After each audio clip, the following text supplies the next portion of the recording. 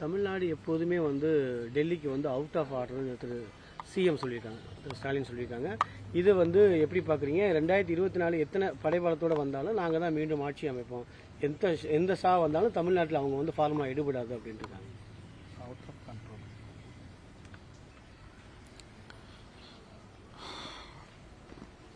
பாரதிய ஜனதா மற்றும் ஆர்எஸ்எஸ் உள்ளிட்ட சங் பரிவார் அமைப்புகள் ஒவ்வொரு தேர்தலிலும்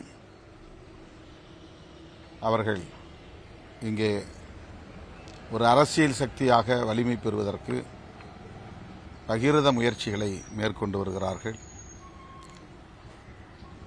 அவர்கள் தேர்தலிலே வெற்றி பெற வேண்டும் என்பதை விட தமிழகத்தில் நிலை கொண்டிருக்கிற பெரியார் அரசியலை அல்லது சமூக நீதி அரசியலை நீர்த்து போகச் செய்ய வேண்டும் என்பதில்தான் குறியாக இருக்கிறார்கள். இன்னும் குறிப்பாக சொல்ல வேண்டுமானால், திராவிட கட்சிகளில் ஏதேனும் ஒன்றை பலவீனப்படுத்தி அவர்கள் இங்கே காலூன்றி நிற்க வேண்டும். பின்னர் அடுத்த திராவிட கட்சியையும் அழித்தொழிக்க வேண்டும் என்பது அவர்களின் நோக்கமாக இருக்கிறது. திமுக, அதிமுக என்கிற இரண்டு அரசியல் கட்சிகளை வலுவிழக்கச் செய்ய வேண்டும் என்பதையெல்லாம் தாண்டி இங்கே நிலை கொண்டிருக்கிற சமூக நீதி அரசியலை வலுவிழக்கச் செய்ய வேண்டும். அதுதான் பாஜகவின் உண்மையான நோக்கம், உள்நோக்கம். ஆனால் இவற்றையெல்லாம் அறிந்தும் கூட அதிமுக ஒரு வரலாற்று பிழையை செய்திருக்கிறது. 2021ஆம் ஆண்டு நடைபெற்ற சட்டமன்ற பொதுத் தேர்தலில் படுதோல்வியை சந்தித்த நிலையிலும் மீண்டும் பாஜகவோடு கூட்டணி வைப்பது என்பது அதிமுகவுக்கு மிகப்பெரிய பாதிப்பை ஏற்படுத்தும் என்பதை உணர்ந்தும் இந்த முடிவை எடுத்திருப்பது அதிர்ச்சி அளிக்கிறது.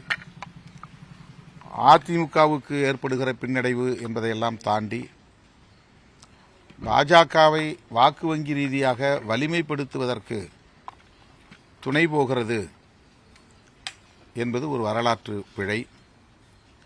அதிமுக மீண்டும் சிந்திக்க வேண்டும், மறுபரிசீலனை செய்ய வேண்டும். தமிழர் நலன் கருதி, தமிழ்நாட்டு நலன் கருதி, சமூக நீதி அரசியலின் பாதுகாப்பு கருதி அதிமுக தன்னுடைய நிலைப்பாட்டை மறுபரிசீலனை செய்வது ஒரு வரலாற்று தேவையாக இருக்கிறது என்று விடுதலை சிறுத்தைகள் கட்சி சுட்டிக்காட்ட விரும்புகிறது. முதல்வரின் கருத்தை முழுமையாக நாங்கள் வரவேற்று ஆதரிக்கிறோம். உச்சநீதிமன்ற தீர்ப்பை விமர்சனம் செய்த இந்திய குடியரசு துணைத் தலைவரை தமிழக ஆளுநர் திரு RN ரவி வந்து இன்னைக்கு சந்திச்சிருக்காரு. ஏற்கனவே வந்து உச்சநீதிமன்றம் வந்து சூப்பர் நாடாளுமன்றமாக செயல்படுது அப்படின்னு விமர்சனம் பண்ணது சர்ச்சையாச்சு. அவர் வந்து தமிழக ஆளுநர் இன்னைக்கு வந்து சந்திச்சு பேசியிருக்காரு. இந்த சந்திப்பை எப்படி பார்க்குறீங்க? அவர்கள் சந்தித்துக் கொள்வதிலே ஆச்சரியப்படுவதற்கு ஒன்றுமில்லை. அவர்கள் எல்லோரும் RSS பயிற்சி பாசறையில் வளர்ந்தவர்கள். ஆகவே ஒரே கண்ணோட்டத்தில், ஒரே சிந்தனை ஓட்டத்தில் இருப்பவர்கள். எனவே இந்த சந்திப்பு ஒன்றும் அதிர்ச்சிக்குரியதல்ல. இந்திய குடியரசு துணைத் தலைவருடைய கருத்து உச்சநீதிமன்றத்தை விமர்சிப்பதாக மட்டுமே நாம் பார்க்க முடியாது. அவர்கள் விரும்புவது போல் எல்லா நேரங்களிலும் தீர்ப்பை எழுதிக் கொள்ளலாம் அல்லது பெற்றுக்கொள்ளலாம் என்று கருதுகிறார்கள். அயோத்தி பிரச்சனையில் அல்லது ராமர் கோவில் பிரச்சனையில் உச்சநீதிமன்றம் அளித்த தீர்ப்பை அவர்கள் எந்த விமர்சனமும் இல்லாமல் அப்படியே ஏற்றுக்கொண்டார்கள். ஆனால் அது உண்மையிலேயே நீதிதானா என்பதை மீண்டும் ஒரு முறை அவர்கள் சிந்தித்து பார்க்க வேண்டும். இன்றைக்கு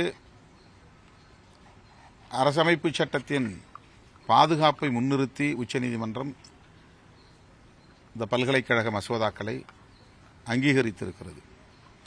ஆளுநர் ரவி அவர்களின் அடாவடி போக்கு என்பது அரசமைப்பு சட்டத்தை அவமதிக்கும் செயலாகும். குடியரசுத் தலைவர் தலையிட்டு அரசமைப்பு சட்டத்தை பாதுகாத்திருக்க வேண்டும். ஆனால் குடியரசுத் தலைவரும் அந்த கடமையை தவறிய நிலையில் உச்சநீதிமன்றம் தலையீடு செய்கிறது.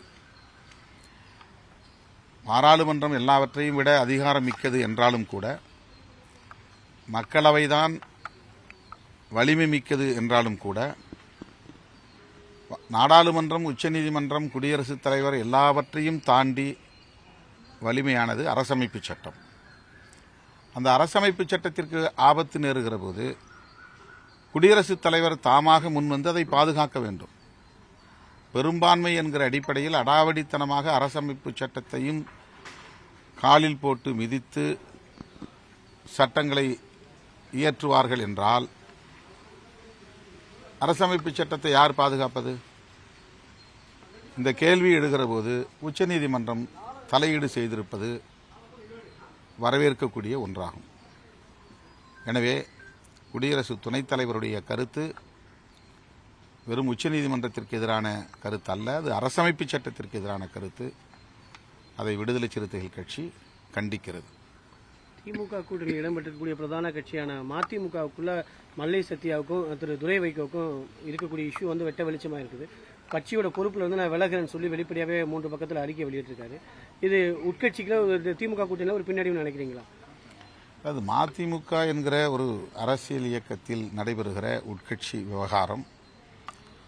அவர்களுக்குள் அதை பேசி சரி செய்து கொள்வார்கள். அதனால் திமுக கூட்டணியில் எந்த பாதிப்பும் பின்னடைவும் ஏற்படாது என்று நான் நம்புகிறேன். செய்திகளை உடனுக்குடன் தெரிந்து கொள்ள உடனே சப்ஸ்கிரைப் பண்ணுங்க.